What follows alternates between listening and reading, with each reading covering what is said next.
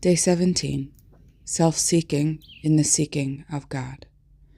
God loves not the believer who does the most, nor who feels the most, nor who thinks the most cleverly and best, nor even that one who shows the greatest love, but he loves him who suffers the most. When there is no emotional experience nor intellectual insight into his way, the enemy may suggest to you that God has not spoken. But your Lord is not impressed with a multitude of words. He is impressed with the purity of the intent of your heart. He wishes to see the inward part of you humbled, quiet, and totally surrendered to him and to his will, whatever it may be. You may not find emotions to produce such a relationship, but you will find a door by which you will enter into your nothingness and his all.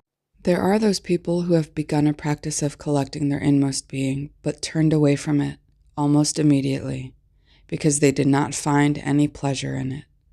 There was no sense of God, there was no power, there was no sense of being pleased with their own thought, or being impressed with the way they formed their words and sentences to God. Actually, all of these approaches to God are nothing but a hunt for sensible pleasures.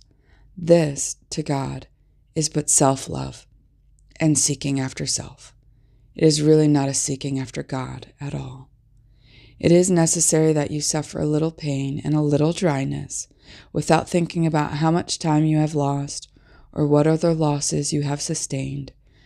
Come to the Lord with reverence, paying no attention to dryness and sterility.